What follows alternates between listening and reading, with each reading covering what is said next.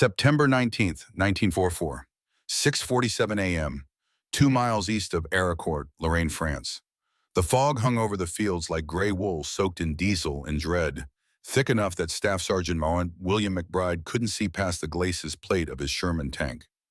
But he could hear something moving out there in the white nothing, the deep, guttural rumble of a big engine, heavier than anything American, closer than it should be.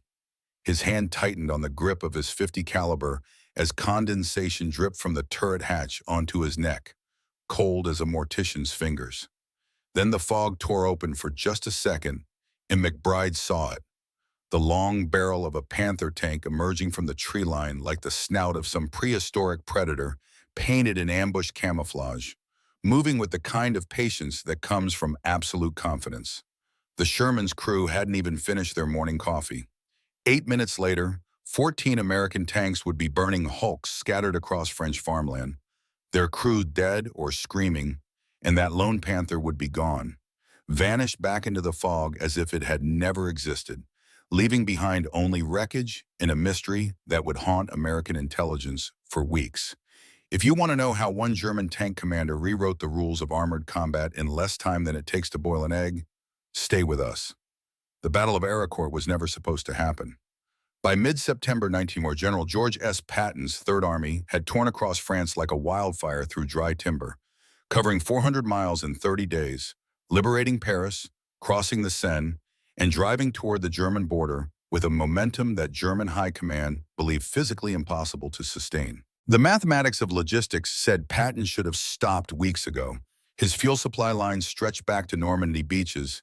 His tanks were consuming 150,000 gallons of gasoline daily, and the Red Ball Express truck convoys were operating at the ragged edge of mechanical collapse. But Patton kept moving, and the Germans kept retreating until suddenly, on September 18th, everything changed.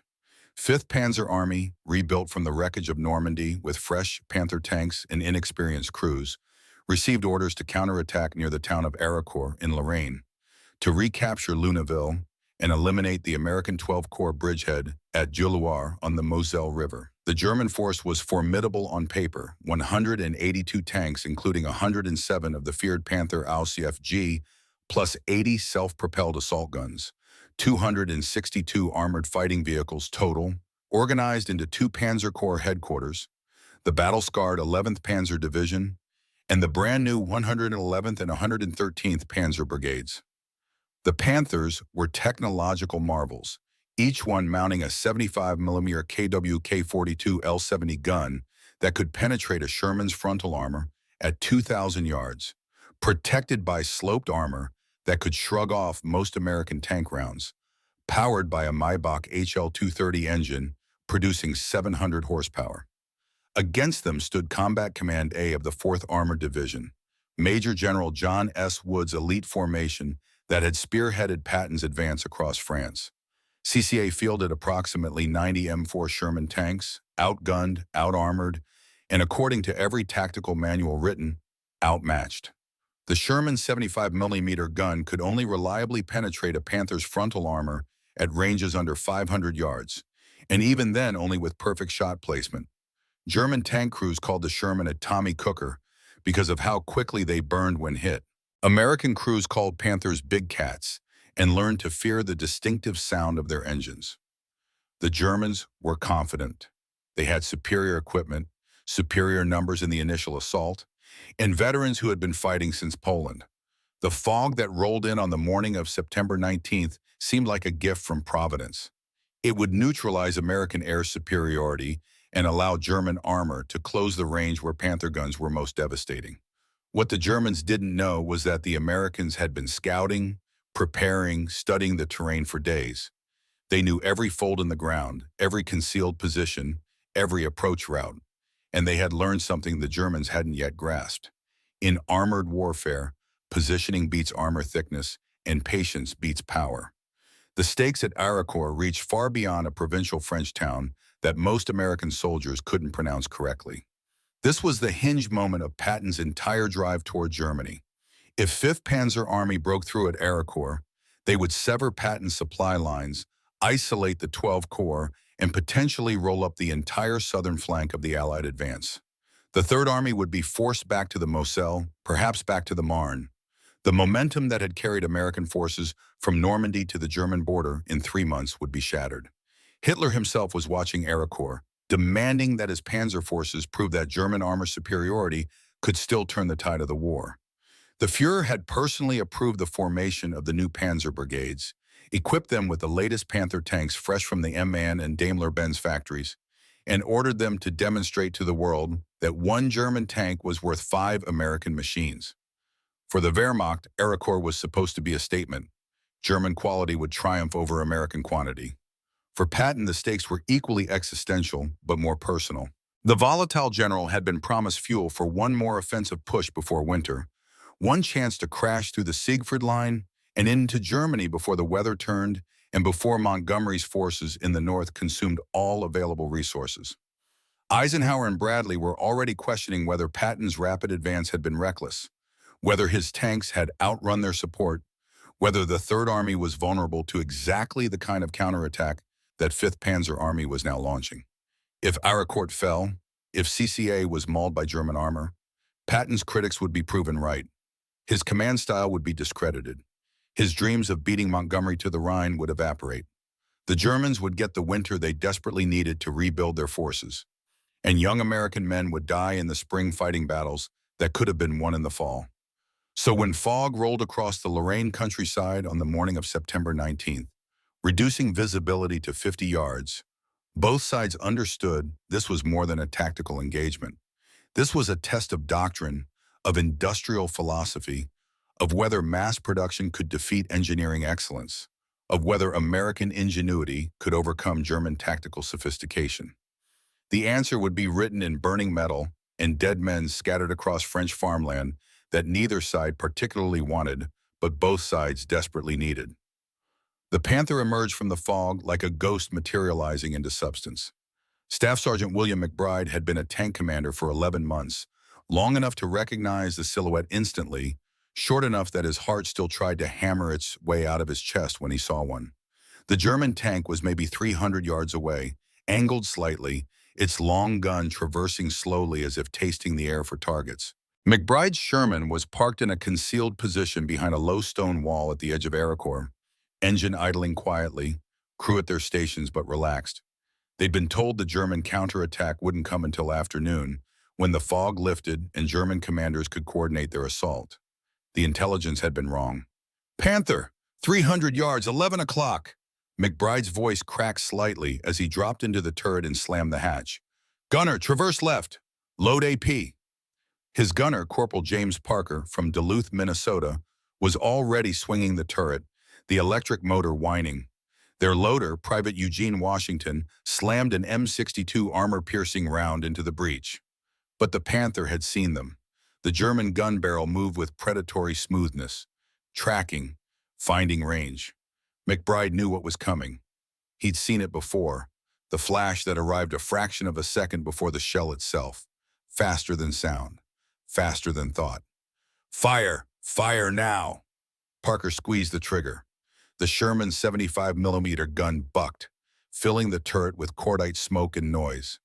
Through his periscope, McBride saw their tracer arc toward the Panther, watched it impact low on the Glacier's plate, and ricochet away into the fog like a firefly disappearing into darkness.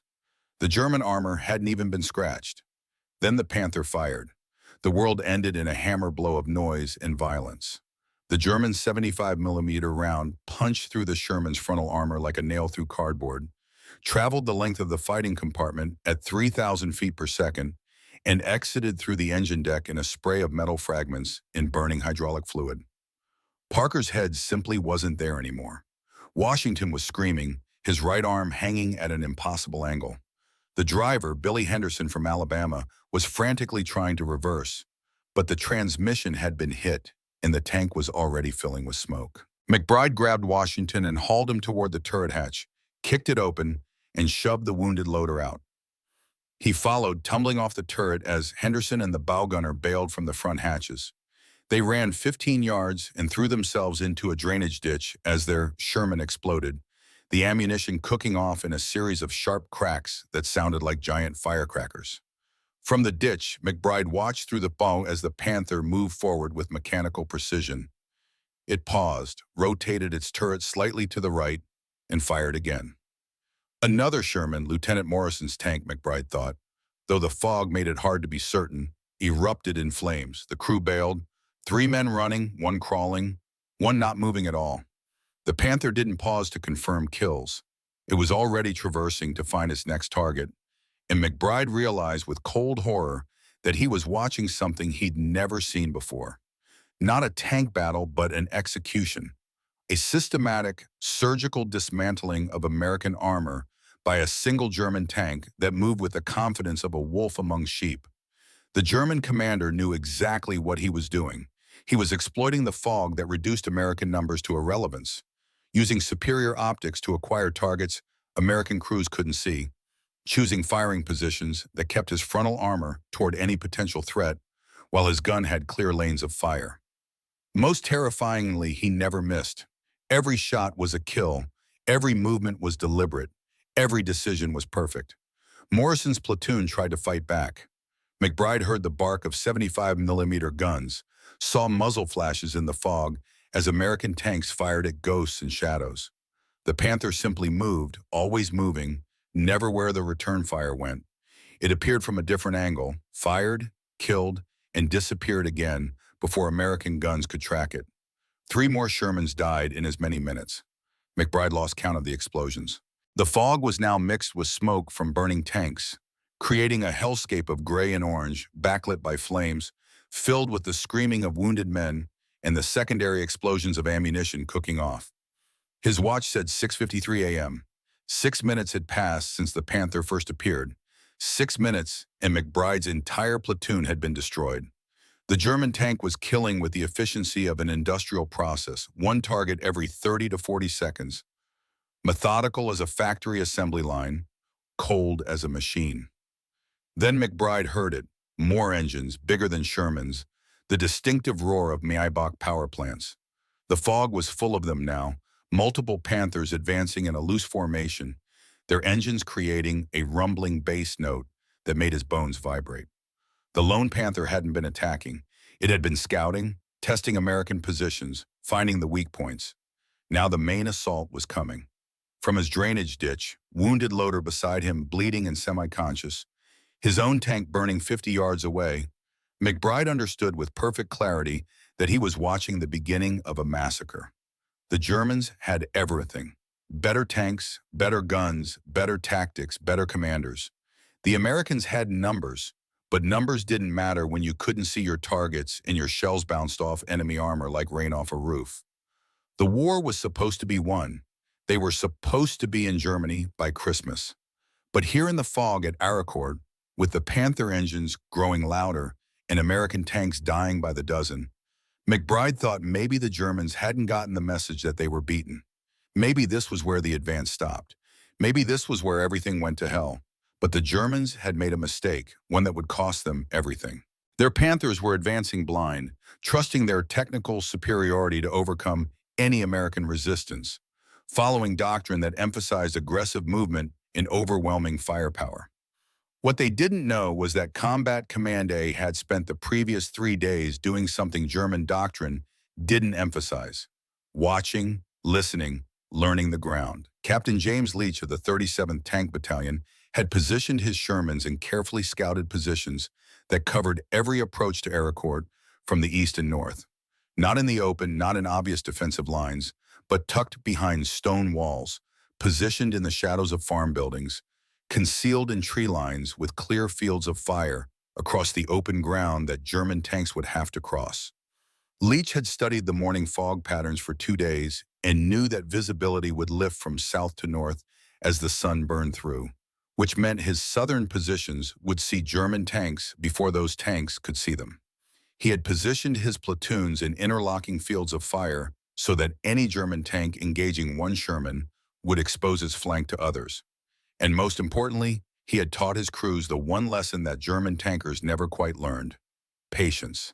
At 6:58 a.m., as the lone Panther continued its rampage through the northern positions, the main German assault crossed the crest line 2 miles east of Arracourt. 11 Panthers from the 111th Panzer Brigade, advancing in a broad formation, engines roaring, turrets traversing, looking for American tanks to kill. They drove straight into Captain Leach's trap. Lieutenant Thomas Dunlap, commanding a platoon of 4 Shermans positioned behind a low ridge south of the German advance, watched through his periscope as the Panthers rolled past his position, maybe 400 yards away, their thick frontal armor facing away from him, their vulnerable side armor exposed. "Hold fire," he whispered into the intercom, knowing his crew was thinking the same thing he was thinking. "Shoot now, shoot before they see us, shoot before they turn those guns our way." "Hold, hold!" The Panthers kept moving, magnificent machines painted in ambush camouflage, crosses on their turrets, exhaust smoke trailing behind them. Beautiful, deadly, and completely unaware that they were being watched by 20 American tank guns from concealed positions they hadn't scouted, hadn't reconnoitered, hadn't prepared for. "Now, all tanks, fire at will!" 20 Sherman tanks fired almost simultaneously, not at frontal armor where their shells would bounce off, but at side armor that was half as thick, from ranges under 500 yards where their 75mm guns could penetrate, from positions where German tanks couldn't immediately identify the threat or return fire effectively. The first volley killed 6 Panthers outright. German crews didn't even have time to be surprised. One second they were advancing confidently into the fog, hunting American tanks. The next second, armor-piercing rounds were punching through their side plates, killing crew members, detonating ammunition, turning advanced technology into burning scrap metal in the span of heartbeats. The surviving Panthers tried to react, spinning their turrets toward the threat, but they were in the open with no cover while American tanks were firing from concealment. More shells slammed into German armor. A Panther's turret was blown completely off its ring by an ammunition detonation, cartwheeling through the air and landing upside down 30 yards away. Another Panther made it 50 yards before throwing a track and slewing to a stop, crew bailing out and running through the fog as machine gun fire from American tanks cut them down. The lone Panther that had caused such devastation in the northern positions realized too late that the situation had changed. It tried to disengage, backing into the fog, but American tank destroyers from the 704th Tank Destroyer Battalion had moved up during the confusion. An M18 Hellcat, faster and more agile than any Sherman, flanked the German position and put 3 76mm rounds into the Panther's engine deck at 200 yards. The German tank shuddered, stopped, began to burn. For a moment, the turret hatch opened and a figure in black tank crew coveralls emerged, moving with eerie calm despite the flames licking around the turret ring. Staff Sergeant McBride, still watching from his drainage ditch 300 yards away, saw the German commander stand fully upright on the burning tank, sweep the battlefield with binoculars as if cataloging the results of his morning's work, then drop back inside and pull the hatch closed. The Panther burned brighter, ammunition beginning to cook off, but that hatch never opened again. The Germans tried to salvage the attack. They threw in their reserve companies, changed their axis of advance, called for artillery support. Nothing worked. American crews had learned the terrain, had prepared their positions, had overcome their equipment disadvantage through superior tactics. Every German attempt to mass for an assault was met by flanking fire from Shermans that appeared from unexpected angles, fired and withdrew before German guns could acquire them. The fog that was supposed to be Germany's advantage became their nightmare. Panthers blundered into American positions at point-blank range where armor thickness didn't matter. German tanks fired at muzzle flashes and hit nothing. American crews with local knowledge used farm lanes and sunken roads to move unseen while German tanks exposed themselves crossing open ground. By noon, when the fog finally lifted and American fighter bombers could see the battlefield, the fight was already over. Of the 11 Panthers that had made the main assault, 9 were destroyed or abandoned. The lone Panther that had killed 14 Shermans in the opening minutes was a burning hulk, its crew dead or dying inside. Across the Arracourt sector, the 111th Panzer Brigade had lost 31 tanks in one morning. Combat Command A had lost 25 tanks, but most of the crews had survived to fight again. And the Americans had learned something that would change the balance of the war in France. German technical superiority didn't matter if you refused to fight on German terms. The wreckage told stories that war correspondents would struggle to believe. 14 M4 Sherman tanks destroyed in the first 8 minutes of combat by a single Panther, their hulks still smoking as American recovery crews moved cautiously through the positions at midday. The lone German Panther sat 300 yards away, burned down to its frame, ammunition having cooked off so violently that the turret had partially separated from the hull. Staff Sergeant McBride watched as military intelligence officers cordoned off the wreck, their interest clearly more than routine. He'd lost 4 men from his crew. Parker dead instantly.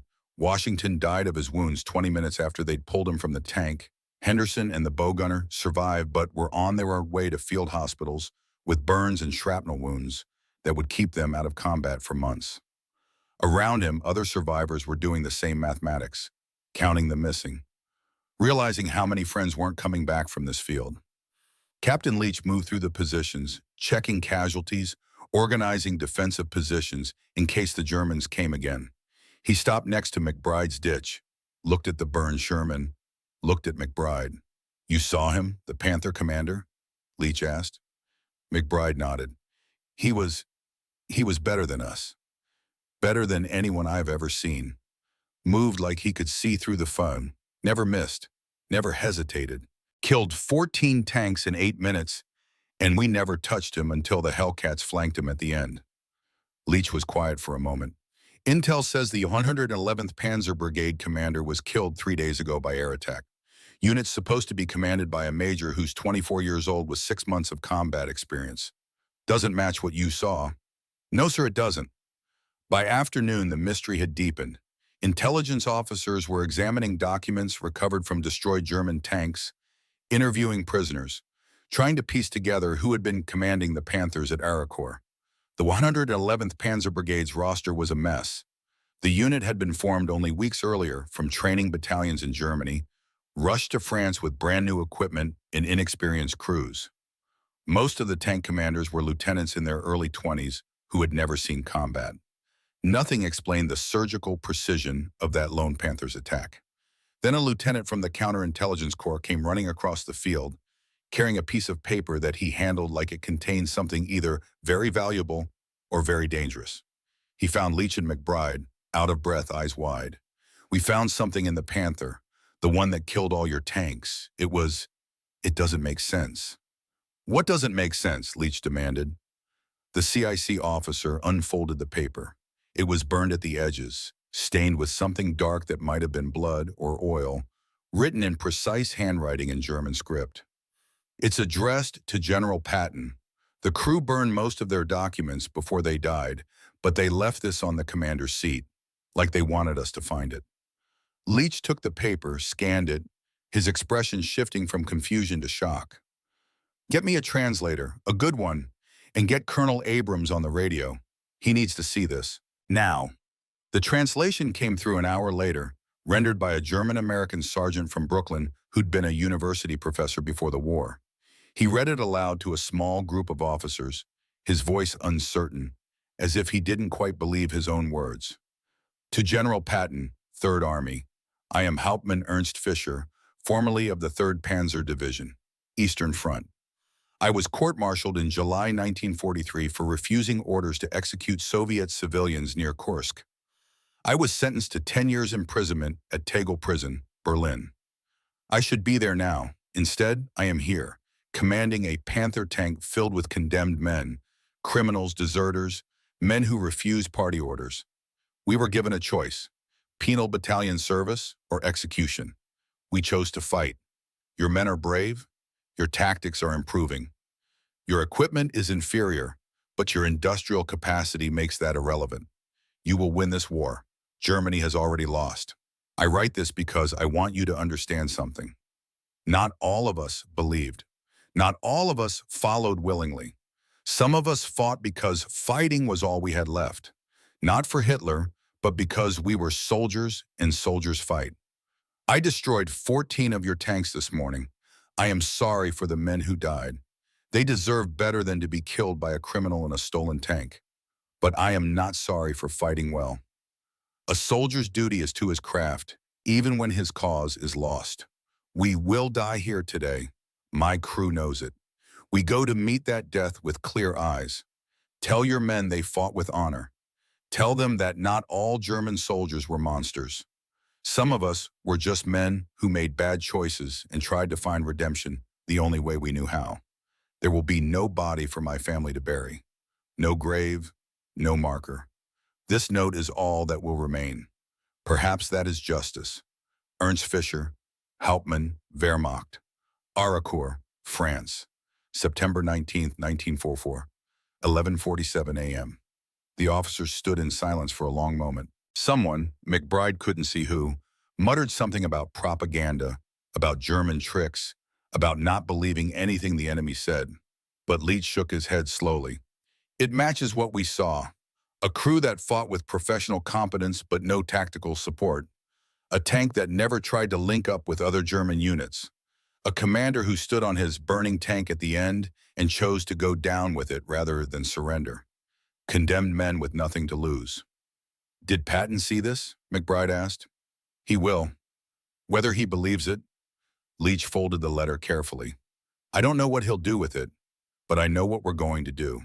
We're going to remember that the man who killed our friends also left us a lesson. Equipment doesn't matter as much as skill, and skill doesn't matter as much as knowing why you're fighting. We have better reasons than they do. We need to have better skills too. The Battle of Arracourt continued for another 10 days. The Germans threw in reinforcements, tried new tactics, attempted to salvage something from the disaster. They failed. By September 29th, 5th Panzer Army had lost 200 tanks and assault guns in exchange for inflicting minimal damage on Combat Command A. The American advance had been delayed, but not stopped. Patton's drive toward Germany would resume once fuel supplies improved. But the story of the lone Panther and its condemned crew spread through the Third Army like wildfire, growing in the telling, becoming legend. Some versions said the German crew had been political prisoners fighting to redeem their family's honor. Others claimed they were Wehrmacht officers who tried to assassinate Hitler and been given a chance at redemption through suicide missions. The truth, whatever it actually was, became less important than what the story meant to the men who heard it. It meant that the enemy, despite being on the wrong side, despite serving a regime that would murder millions, despite everything that made this war necessary, were still human beings. Some brave, some skilled, some fighting for reasons more complicated than propaganda could capture. It made the Germans more dangerous, not less, because you couldn't dismiss them as subhuman fanatics when you knew some of them were professionals who understood exactly how doomed they were and fought anyway. And it meant that American tank crews needed to get better, needed to learn faster, needed to adapt more quickly, because somewhere in the fog of the next battle might be another condemned crew with nothing to lose and everything to prove. The ripples from Arracourt spread far beyond the Lorraine countryside where burned tanks still smoldered. In Third Army headquarters, Patton read Fischer's letter 3 times, said nothing, and locked it in his personal safe. He never spoke of it publicly, but officers close to him noticed a change in his rhetoric, less emphasis on German incompetence, more focus on professional respect for a skilled enemy. The tactical lessons were distributed throughout the theater. Terrain matters more than armor thickness. Positioning beats firepower. Patience defeats aggression. Sherman crews learned to fight like hunters instead of brawlers, to use ground and concealment to offset their equipment disadvantages. By the time Third Army crossed into Germany 2 months later, American tank tactics had evolved into something the Wehrmacht didn't recognize. Flexible, adaptive, willing to trade their material advantages for tactical positioning in ways that German doctrine couldn't counter. The 4th Armored Division became legendary, its combat command, a particularly feared by German tank crews who'd heard stories about Arracourt and knew what it meant. The Americans had learned. In Germany, the story took a darker path. When word reached Wehrmacht headquarters about Fischer's letter, the SS launched an investigation into how a condemned prisoner had managed to obtain a Panther tank and command a crew. The investigation went nowhere. Records had been destroyed, witnesses were dead, and by late 1944, the German military was too busy losing the war to chase ghosts. But the families of the crews who died at Arracourt were visited by Gestapo officers and informed that their relatives had died as criminals, not soldiers. No death benefits, no honors, no acknowledgement that they'd fought at all. The erasure was systematic and complete. Officially, Ernst Fischer never existed. But in the burned fields near Arracourt, in the memories of men like William McBride who'd watched that Panther's 8-minute rampage, Fischer was very real. McBride survived the war, returned to Wisconsin, ran a hardware store for 40 years, and never talked about his time in France except once. In 1987, when a local newspaper did a Veterans Day feature, the reporter asked if he'd ever been afraid in combat. McBride thought for a long moment, then said, "Once, September 19th, 19 in the fog at Arracourt, I watched a German tank destroy 14 Shermans in 8 minutes, moving like death itself, never missing, never hesitating. The commander could have escaped when we flanked him. He chose to burn with his crew.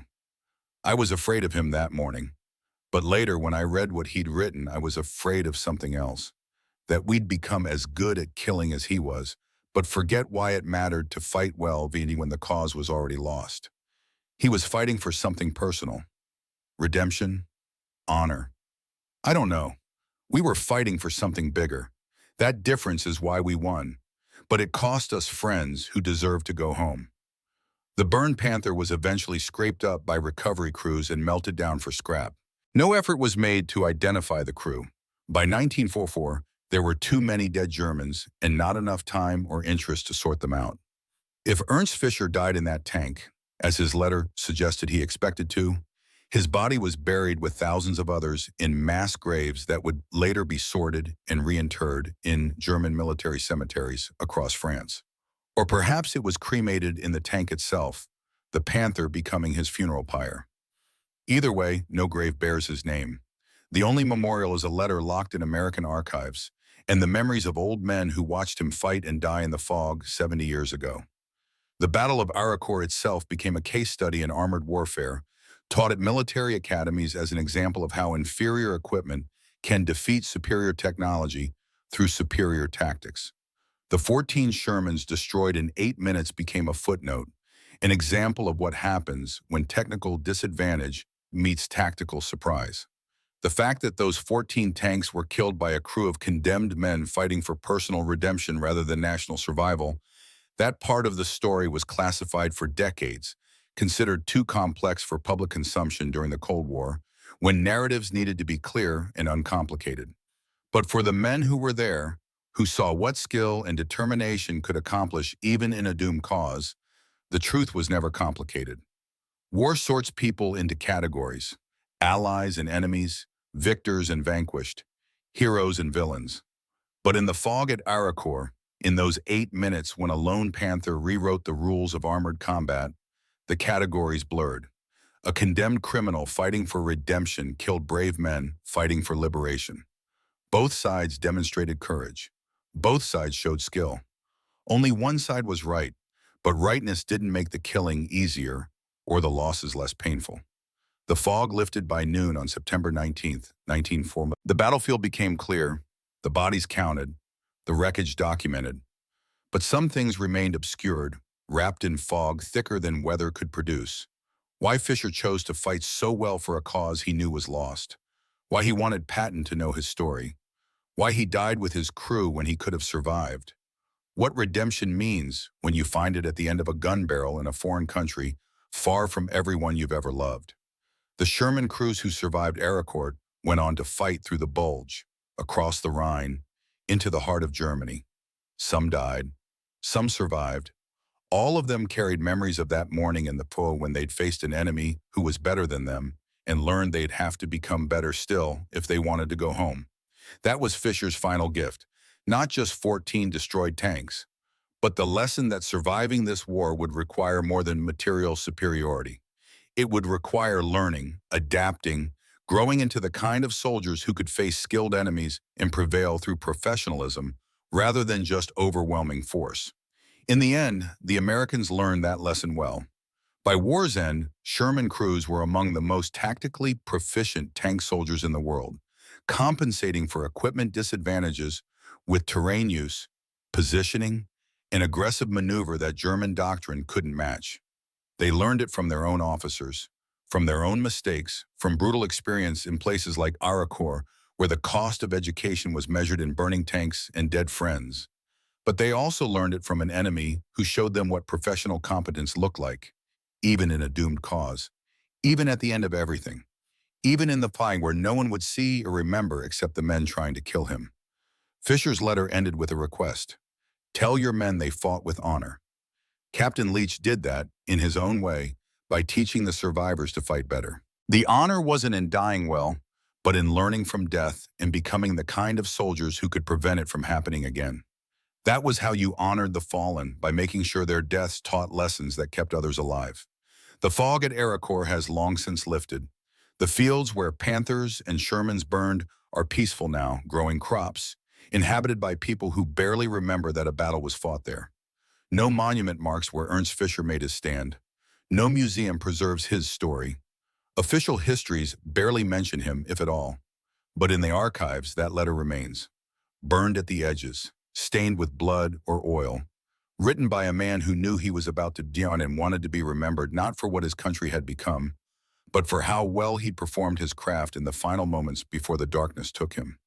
And in Wisconsin, in the memories of an old man who sold hammers and nails for 40 years after the war, Fisher lives still, the enemy who could have killed him that morning in the phone, who instead became a teacher of hard lessons about skill, honor, and the terrible professionalism of war. McBride died in 2003. His obituary mentioned he'd served in France and Germany with the 4th Armored Division. It didn't mention Arracourt, or the fog, or the Panther that killed 14 Shermans in 8 minutes, or the letter that explained everything and nothing. His family donated his war documents to a local historical society. Among them was a photocopy of Fisher's letter, carried for 58 years, creased and worn from being unfolded and read and refolded countless times. On the back, in McBride's handwriting, was a single sentence. Remember the man in the fog, he showed us what we had to become. The Battle of Arracourt proved that American soldiers could learn faster than German soldiers could teach them. The Lone Panther's 8-minute rampage became a classroom where the price of education was paid in blood and steel, but the lessons stuck. By the time the war ended, Sherman crews had evolved into tank hunters who used terrain and tactics to defeat technically superior equipment. They'd learned from the best teacher warfare provides, an enemy who shows you exactly what professionalism looks like, then dies before you can thank him for the lesson. In the final accounting, Fisher killed 14 American tanks and perhaps 40 American soldiers in 8 minutes of perfect tactical execution. Then he died, his body burned beyond recognition, his name erased from official records, his story buried in classified files. But his impact lived on in the survivors who watched him fight, who learned from his example, who carried those lessons through the rest of the war and came home to build lives and families and futures that would never exist if they hadn't learned to fight it as well as the man in the fog who tried to kill them. That's the paradox of war. Sometimes your best teachers are the enemies who almost kill you. Sometimes the most important lessons come from the wrong side. Sometimes honor and skill exist independent of cause, and you have to respect the wolf, even as you're trying not to become his prey. The fog at Arracourt taught all those lessons in 8 minutes of mechanized hell. The men who survived never forgot. The men who died never knew how much their deaths would teach. And somewhere in the burned wreckage of a Panther tank, Ernst Fischer found whatever redemption exists for men who fight brilliantly for causes that don't deserve their skill.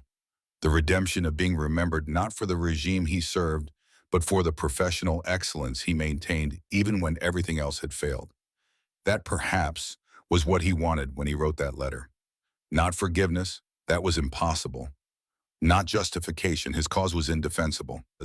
But recognition that in the midst of history's most evil enterprise, some men still tried to maintain standards of professional conduct, still fought with skill rather than savagery, still retained some shred of humanity even as they participated in inhumanity. Whether that's redemption or delusion, McBride never decided. He just carried the letter, read it sometimes late at night when the memories got too loud, and wondered what he would have done in Fisher's position. Condemned for refusing evil, given a chance to die well instead of rotting in prison, handed a weapon and told to make his last moments matter. McBride hoped he'd have fought as well. He feared he wouldn't have been as honest. The letter was Fisher's final act of honesty, admitting his cause was lost, his fight was futile, his death was coming, but fighting anyway